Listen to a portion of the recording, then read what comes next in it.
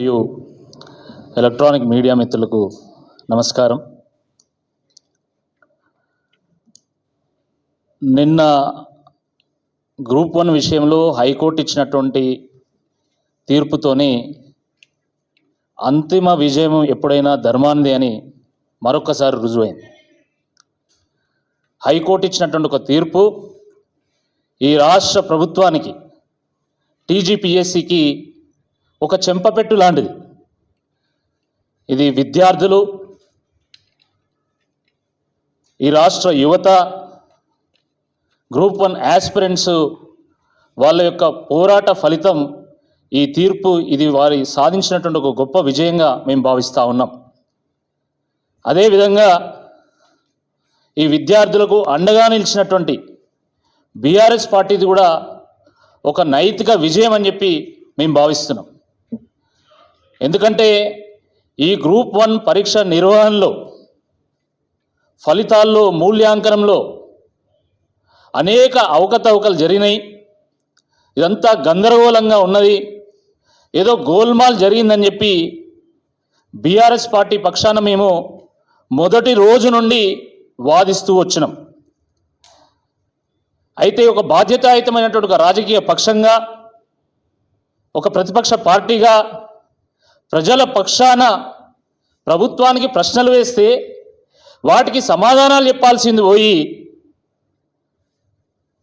TGPSC లేదా రాష్ట్ర ప్రభుత్వము మా పరువు పోయింది, మా ఇజ్జత్ పోయింది కాబట్టి మేము మీ మీద ఇజ్జత్ దావా కేసు వేస్తాం, నువ్వు మాట్లాడొద్దు, నువ్వు పోస్ట్ పెట్టొద్దు, నువ్వు 7 రోజుల్లో రిప్లై చేయాలి, నువ్వు ఒకవేళ వైలేట్ చేస్తే నీ మీద క్రిమినల్ కేసు పెడతాం, నీ మీద సివిల్ కేసు పెడతామని చెప్పి బ్లాక్మెయిల్ చేసి బెదిరించినటువంటి ఒక పరిస్థితిని మనం చూసాం. ఆ రోజు టీజీపీఎస్సీ మాకు నోటీస్ ఇస్తే నిన్న హైకోర్టు టీజీపీఎస్సీకి, రాష్ట్ర ప్రభుత్వానికి నోటీస్ ఇచ్చింది. న్యాయం ఎవరి వైపు ఉందో చాలా స్పష్టంగా అర్థమైంది. ఎన్ని అనుమానాలు, ఎన్ని అవకతవకలు, ఎంత గందరగోళం, ఎంతమంది సఫర్ అవుతా ఉన్నారు, అయినా కూడా ప్రభుత్వానికి కనీసం చీమ కుట్టినట్టు కూడా లేదు. పైగా యాస్పిరెంట్స్ ఎవరైనా న్యాయస్థానాన్ని ఆశ్రయిస్తే ముఖ్యమంత్రి గారు ఏం మాట్లాడతారండి? ఇటీవల రవీంద్ర భారతిలో మాట్లాడుతూ గ్రూప్ 1 మీద వేసినటువంటి కేసులన్నీ తుంగలో దొక్కిచ్చి మరి నేను ముందుకెళ్తా. నువ్వు చట్టాలను తుంగలో దొక్కుతావు, నువ్వు కోర్టులను తుంగలో దొక్కుతావు, ఈ రాష్ట్ర యువతను తుంగలో దొక్కుతావు, నువ్వు ఒక పెద్ద నియంత అని నువ్వు భావిస్తున్నావు. నీకంటే పెద్ద పెద్ద నియంత్రణను కూడా భూస్థాపితం చేసినటువంటి గడ్డ ఈ తెలంగాణ గడ్డ, గుర్తుపెట్టుకోవాలా. నేను ఎవరినైనా మేనేజ్ చేస్తా, నేను మేనేజ్ చేసి ఏదైనా సాధిస్తా అని భావించేటువంటి ఒక తత్వాన్ని మానుకోవాలా. ముఖ్యమంత్రి గారు అయితే ఢిల్లీ, లేకపోతే జపాను, అమెరికా, స్విట్జర్లాండ్. నిన్న జపాన్ పోగానే కోర్టు ఎవరిని తుంగలో దొక్కిచ్చిందో అర్థం చేసుకోవాలి. నిన్న కోర్టులో టీజీపీఎస్సీ తరపున, ప్రభుత్వం తరపున చేసినటువంటి వాదనలు వింటా ఉంటే ఇది పోరాళ్ళ పరాస్కం అన్నట్టు అనిపిస్తూ ఉంది. ఏదో చిన్నపిల్లల ఆటలాగా, గింత అధ్వానమా? పరీక్షలు రాసింది 21,093 మంది అయితే 21,103 మందికి ఫలితం ఎట్లిచ్చిండ్రు అని చెప్పి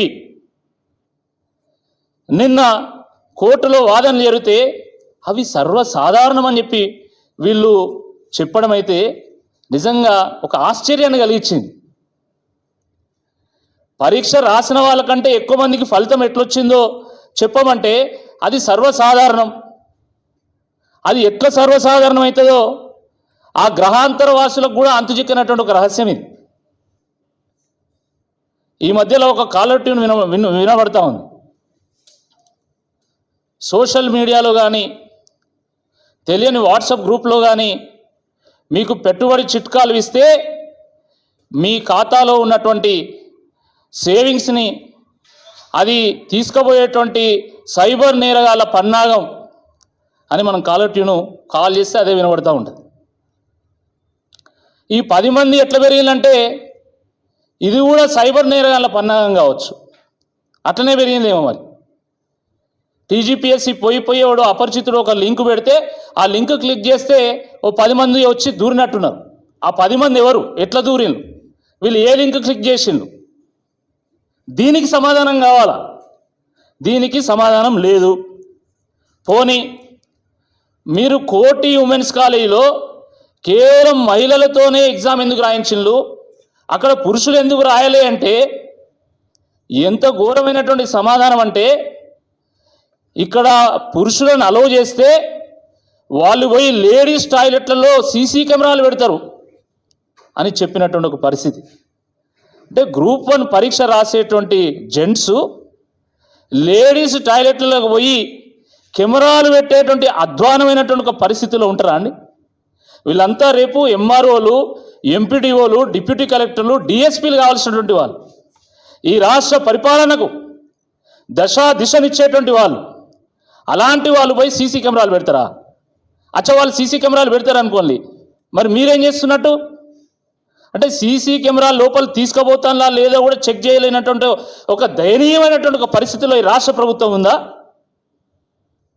ఇంత ఘోరంగా మీ అడ్మినిస్ట్రేషన్ ఉందా? చెప్పండి మరి. అదైనా మేము ఒక పరీక్ష కూడా హ్యాండిల్ చేయలేమని చేయలేత్తేసేయండి, అయిపోతుంది కదా. గతంలో కోటి ఉమెన్స్ కాలేజీలో ఎప్పుడు పురుషులకు సంబంధించిన పరీక్ష పెట్టలేదా? యూపీఎస్సీ పరీక్ష ప్రతిసారి కోటి ఉమెన్స్ కాలేజీలో జరుగుతుంది. అక్కడ బోత్ మెన్ అండ్ ఉమెన్ పోయి పరీక్ష రాస్తారు. కానీ ప్రిన్సిపల్ అట ఈయన చెప్పిండట సీసీ కెమెరాలు పెడతారని. అదే ప్రిన్సిపల్ మరి యూపీఎస్సీ సెంటర్ ఎట్లా అలౌ చేసిండు? మెన్ ఉమెన్ బోత్ జెండర్స్ని ఎట్లా అలౌ చేసిండు? దానికి ఏమన్నా సమాధానం ఉందా మీ దగ్గర? పక్క రూల్ నెంబర్ వాళ్ళకి ఒకటే మార్కులు ఎట్లొస్తాయి అంటే, అది కామన్ 1% అట్లా ఇట్లా అవుతూ ఉంటుంది అన్నారు. 1% కాదు, 6.5%. 6.5% ఆఫ్ ది టైమ్స్ పక్క రూల్ నెంబర్ వాళ్ళకి సేమ్ మార్క్స్ వచ్చినాయి. ఎట్లా సాధ్యమవుతుంది ఇది? ఏ ఆల్గరిథం వాడిలు మీరు? పక్కా ప్యాటర్న్ అండి ఇది, పక్కా ప్యాటర్న్. పక్క రూల్ నెంబర్ వాళ్ళకి కొందరికి సేమ్ మార్కులు వస్తాయి. ఇంకొన్నిసార్లు ఏమవుతుందంటే ఒక రూల్ నెంబర్ తర్వాత ఇంకో రూల్ నెంబర్ వదిలేసి మళ్ళీ నెక్స్ట్ రూల్ నెంబర్ వాళ్ళకి సేమ్ మార్కులు వస్తాయి. అట్లా ఒక ప్యాటర్న్ ఉంది. ఇంకో ప్యాటర్న్ ఏంటంటే ఒక రూల్ నెంబర్ వాళ్ళకి ఒక మార్క్ వస్తే మళ్ళీ 2 రూల్ నెంబర్ వదిలేసి 4వ రూల్ నెంబర్ వాళ్ళకి అట్లా కొంతమందికి సేమ్ మార్క్స్ వస్తాయి. ఒక ప్యాటర్న్ ప్రకారం ఇది టీజీపీఎస్సీ ఒక ఎక్సెల్లో మార్కులు కలిపినట్టు ఏదో మ్యానిపులేషన్ చేసింది. పక్కా ప్యాటర్న్స్ ఉన్నాయి మా దగ్గర. లేకపోతే ఎంత ఘోరం అంటే, ఎవరో రాజకీయ నాయకుడు ఏదో మాట్లాడితే అది తీసుకొచ్చి పిటిషనర్స్ ఈ కోర్టులు వేసినారు. అంటే రాజకీయ నాయకులు అంటే అంత నిర్లక్ష్యమా? రాజకీయ నాయకులకు సమాజం పట్ల సమస్యల మీద ఎంత బాధ్యత ఉంటుందో ఒకసారి అర్థం చేసుకోవాలా. గ్రూప్ 1 ఫలితాలు వచ్చిన తర్వాత బయటికి వచ్చినటువంటి అంశాలను ఎంతో సునిశ్చితంగా పరిశీలించి తప్పు ఒప్పులను బేరీజు వేసుకొని దీనికి సంబంధించి విద్యార్థులతోని అభ్యర్థులతో మాట్లాడి ఎక్స్పర్ట్స్తో మాట్లాడి ఒక్కొక్క అంశం బయట పెట్టిన తర్వాత ఈరోజు ఈ చర్చ బజార్కి ఎక్కింది. వాస్తవాలు ఒక్కొక్కటి బయటకు వస్తున్నాయి. ఈరోజు హైకోర్టు మీకు మొట్టికాయలు వేసే కాడికి వచ్చింది పరిస్థితి. మరి అలాంటిది రాజకీయ నాయకులు ఏదో మాట్లాడితే తీసుకొచ్చి పిటిషనరీ ఈడ వేస్తున్నారని ఎట్లా మాట్లాడతారు? అసలు ఒక గవర్నమెంట్ లాయర్ మాట్లాడాల్సిన మాటలు అవి అని మేము ఈ సందర్భంగా అడుగుతా ఉన్నాం. 18-19 సెంటర్లో 2 సెంటర్లోనే ఎక్కువ మంది ఎట్లా క్వాలిఫై అంటే వీళ్ళు అనుకున్నంత మంది క్వాలిఫై కాలే, ఇంత లూజ్ సమాధానం. అసలు మీ దగ్గర క్యాల్కులేషన్స్ ఉన్నాయా? ఉంటే ఎందుకు చెప్తలేరు మీరు?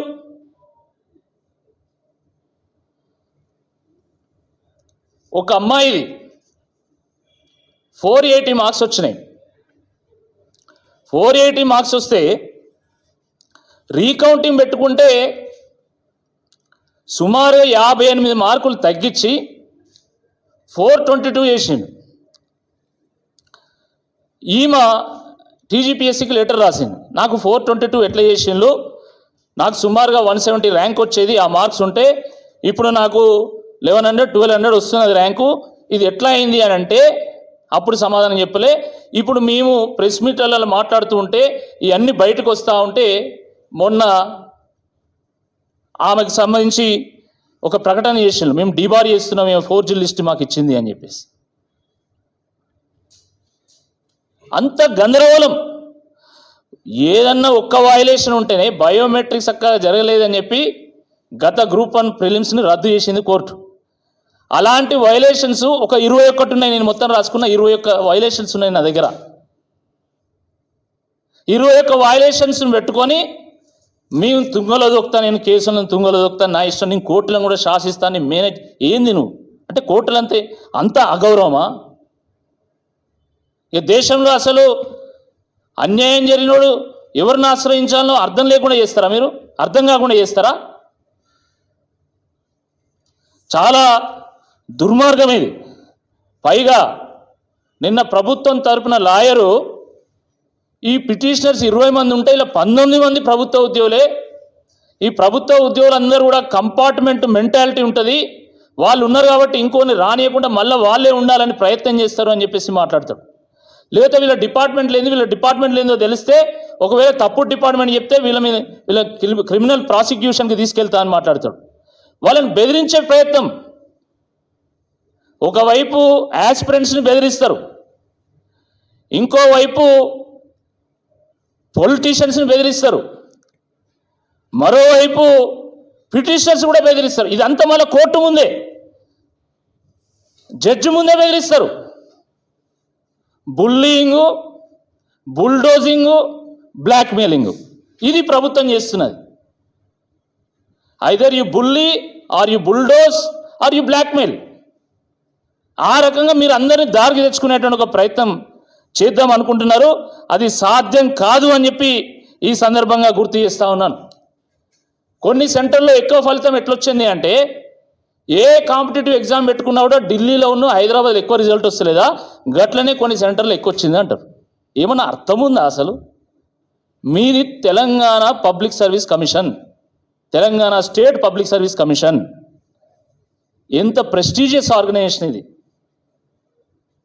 యూపీఎస్సీ మోడల్లో మీది నడవాలి, మీ వ్యాఖ్యలు కూడా అట్లా ఉండాలి. కానీ అది జేఈ కానీ బిట్సాట్ కానీ ఇంకా ఏది రాసినా కూడా, ఏ కాంపిటేటివ్ ఎగ్జామ్ రాసినా కూడా ఇట్లనే ఫలితం వస్తుంది, ఢిల్లీలో ఉన్న హైదరాబాద్లో ఎక్కువ వస్తలేదా, గట్లనే ఓ సెంటర్లో ఎక్కువ వస్తుంది అంటారు. ఏమన్నా అర్థం ఉందా?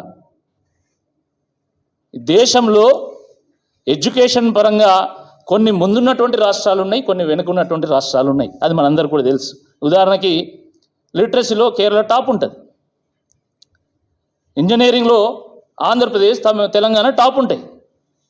కాబట్టి ఒక్కో పరీక్ష నిర్వహించినప్పుడు ఒక్కో రాష్ట్రానికి సంబంధించినటువంటి అభ్యర్థులు మంచిగా రాస్తారు, మంచి ఫలితాలను సాధిస్తారు.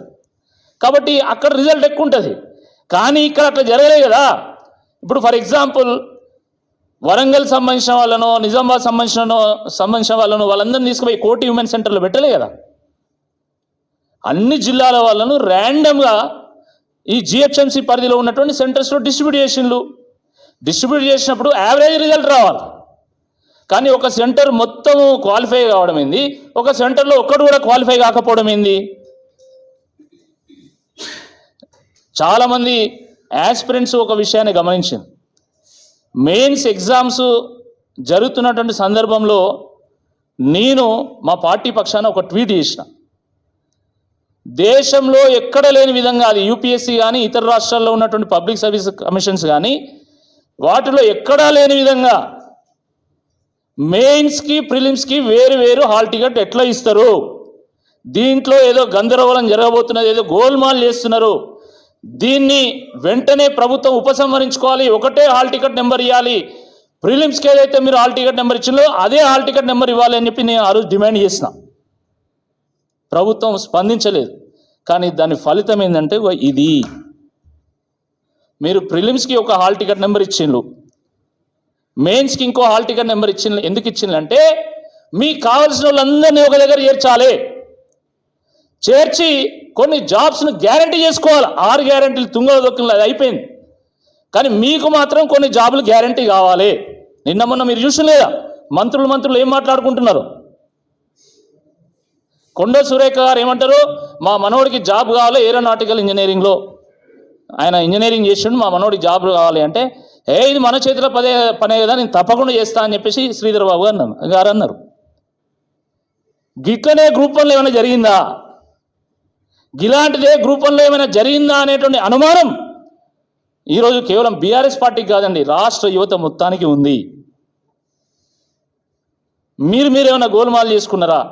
మీ మనుషులను, మీ కుటుంబ సభ్యులను, మీ బంధువులను, మీ పిఏలను అందులోనే పెట్టుకున్నారా? 10 మంది ఎట్లెక్క వచ్చింది నాకైతే అర్థం కాదు. ఇదైతే నిజంగా ఇది అంతుజిక్కనటువంటి ఒక రహస్యం ఇది. అందుకే బీఆర్ఎస్ పార్టీ దీని మీద జ్యుడిషియల్ ఎంక్వైరీ వేయండి అని మేము డిమాండ్ చేస్తూ ఉన్నాం. అందుకే బీఆర్ఎస్ పార్టీ దీని మీద సిబిఐ ఎంక్వైరీ వేయండి అని మేము డిమాండ్ చేస్తూ ఉన్నాం. అయినా కూడా ప్రభుత్వం ఇప్పటివరకు స్పందన లేదు.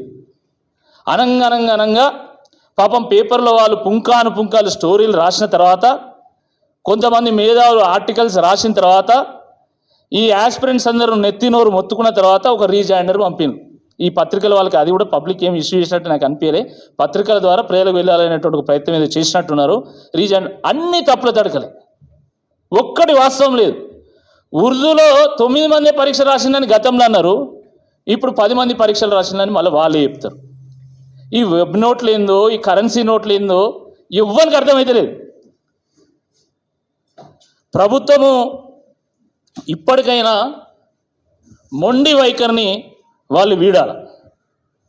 మొండి వైఖరిని వీడి వాస్తవం ఏందో చెప్పాలి. పాపం అభ్యర్థులు ఏళ్ళ తరబడి ఒక పూట తింటూ ఇంకో పూట కడుపు మార్చుకుంటూ ఎప్పుడెప్పుడు నోటిఫికేషన్ వస్తుందా అని ఎదురు చూస్తూ ఉంటే, ఆ నోటిఫికేషన్ రాగానే గద్దల్లాగా వాటిని తన్నుకొని పోయి దొంగలు ఊరు పంచుకున్నారు.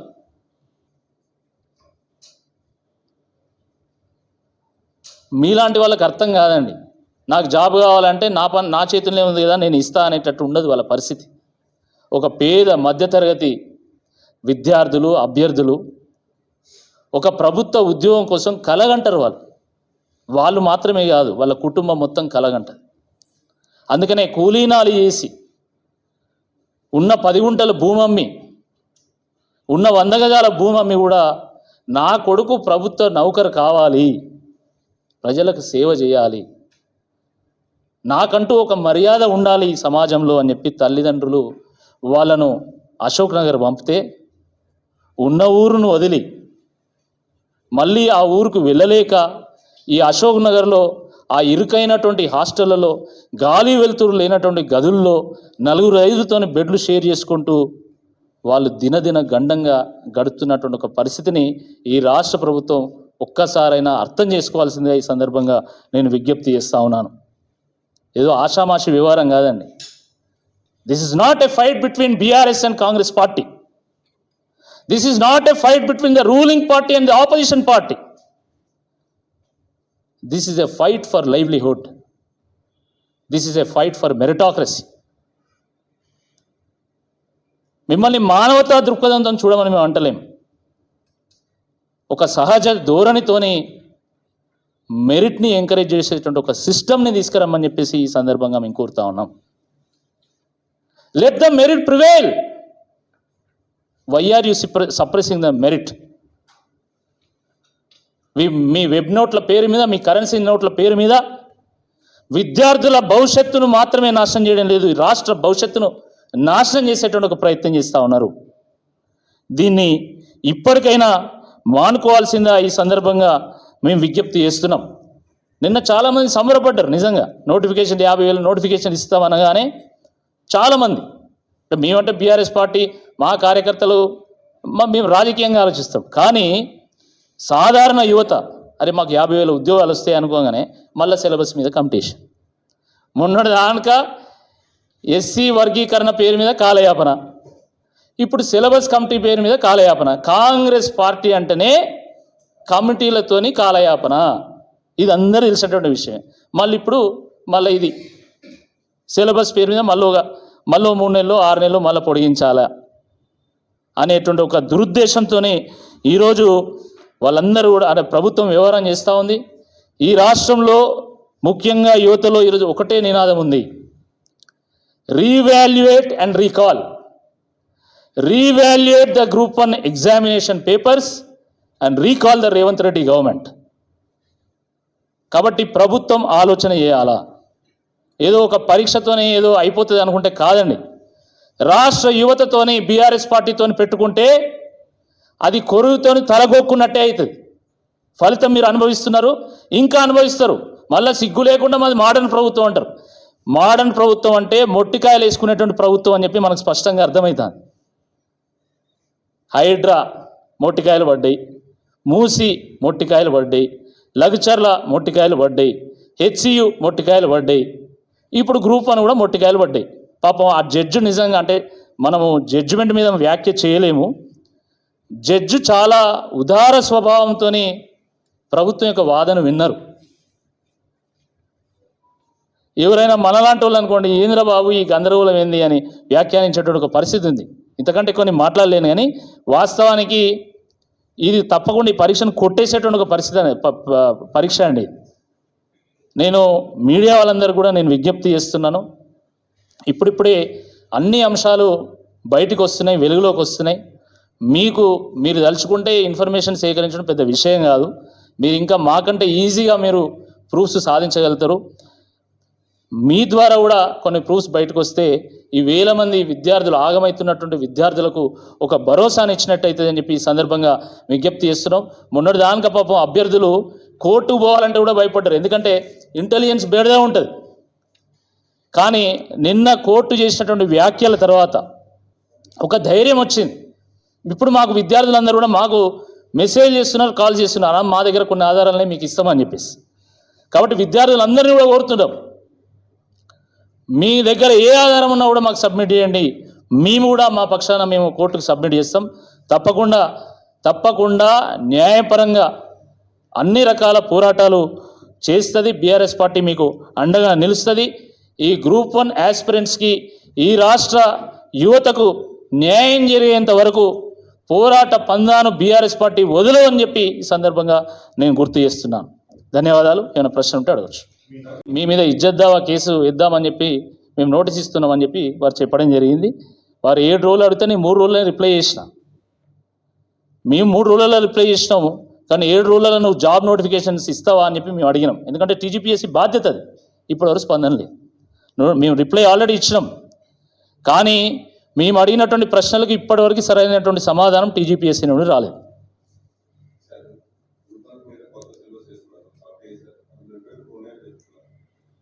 గ్రూప్ ఎస్, మంచి ప్రశ్న అడిగారు. ఈరోజే వార్త కూడా వచ్చింది, ఇంటర్వ్యూస్ ఉంటే ఏవో అక్రమాలు జరిగేటువంటి అవకాశం ఉంటుంది అని చెప్పి రాష్ట్ర ప్రభుత్వం ఇంటర్వ్యూలను రద్దు చేసింది గ్రూప్ 1 పరీక్షకు. సరే, కేంద్ర ప్రభుత్వం కూడా అనేక పోటీ పరీక్షల్లో ఇంటర్వ్యూస్ని రద్దు చేసింది, అది మీకు కూడా తెలుసు. ఎందుకంటే there is a scope for irregularities. కానీ మళ్ళీ ప్రభుత్వం పాత పద్ధతిని తీసుకొచ్చేటువంటి ఒక ఉపాయం చేస్తూ ఉంది. అంటే ఎక్కడ చూసినా ఒక అనుమానానికి తావిస్తున్నది, అనుమానానికి తావిచ్చేటువంటి అంశాలే మనకు బయటకు వస్తుంది. అదే విషయం, నేను అనేక అనుమానాలు ఉన్నాయని నేను మాట్లాడితే వాడు నాకు నోటీస్ ఇచ్చింది, ఏమన్నా నీ మీద కేసు పెడతాను. నువ్వేంది అసలు కేసు? నేనే నీ మీద కేసు పెడదామని ఉంటాను. అసలు నువ్వు నా మీద కేసు పెట్టుడు కాదు, నేనే నీ మీద కేసు పెట్టాలా. మేము ఒక ప్రతిపక్ష పార్టీగా మేము కొన్ని ఆరోపణలు చేసి లేదా ఉన్నటువంటి లోపాలను ఎత్తి చూపేటువంటి ప్రయత్నం చేస్తే నువ్వు బ్లాక్మెయిల్ చేసేటట్టు నాకు నోటీస్ ఇస్తావు. అసలు మీవెందుకు పెట్టదు నీ మీద నోటీస్? రాకేరెడ్డి డబ్బులు సంపాదించుకోవడానికి, ఎక్కువ మంది ఆన్లైన్ వ్యూవర్స్ని అట్రాక్ట్ చేయడానికి ఈయన ఆరోపణలు చేసిన ఎవడన్నా టీజీపీఎస్సీ నా మీద వ్యాఖ్య చేస్తుందా అండి? అదొక రాజ్యాంగబద్ధ సంస్థనా ఏంది అసలు? మీరు నా మీద కేసు వేస్తే నేను డబ్బులు సంపాదిస్తున్నా అని చెప్పి మీరు ఆరోపణ చేసినందుకు నేను మీ మీద కేసు వేయలేనా? పరువు నీ ఒక్కనికే ఉండదా? మాకుండదా? ఆత్మగౌరవం నీ ఒక్కనికే ఉంటుందా? మాకుండదా?